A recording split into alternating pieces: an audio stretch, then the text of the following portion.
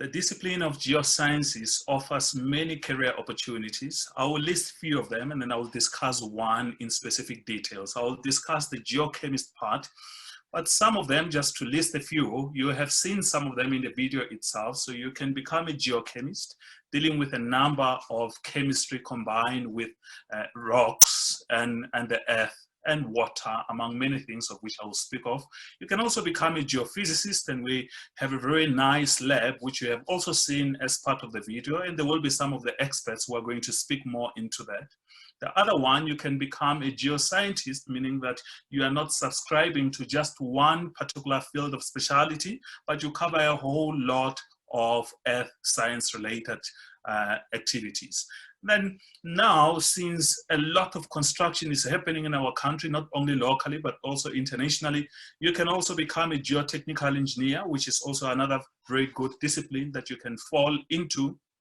And then the most exciting one is actually becoming a consulting geologist, because as a consulting geologist, you deal with a diversity of topics from minerals going into different systems. And this can also include working for a particular mining environment or working for a particular consulting firm, and large consulting firms, including auditing firms such as Deloitte, Ernst & Young, KPMG, among many of them.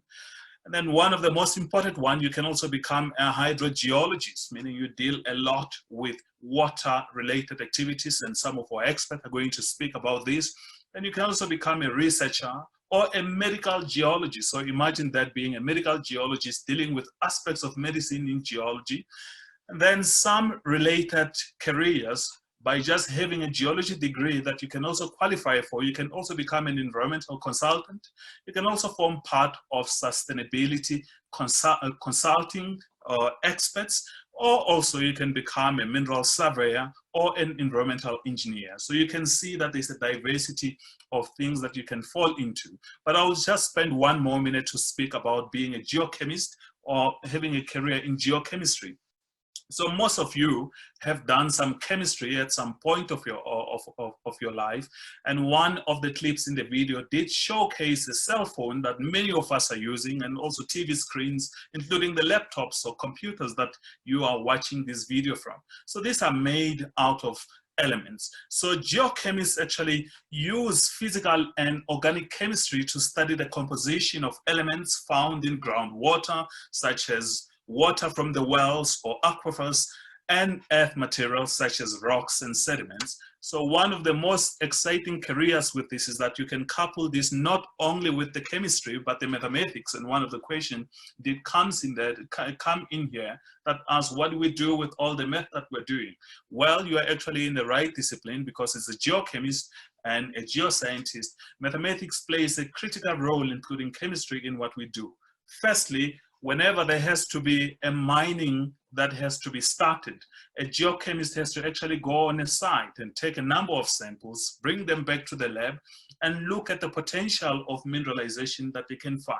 But not only that, when we're looking at sites that have been heavily contaminated, a geochemist is the one that goes into sites and ensure that they understand the composition of the elements that are classified as either toxic or non-toxic components. In addition to this, you build a lot of complex models, and models, some of them include for evaluation of mineral deposits, meaning understanding how much is yet to be mined and how much will still be mined in the next number of years. The other thing is you also do a lot of forecasting of metals, meaning you utilize your skills of mathematics and geochemistry to project how long are we still going to be mining gold in South Africa? How long are we still going to be mining platinum? Or some of the critical metals such as cobalt. How long do we still have them, and where can we use them?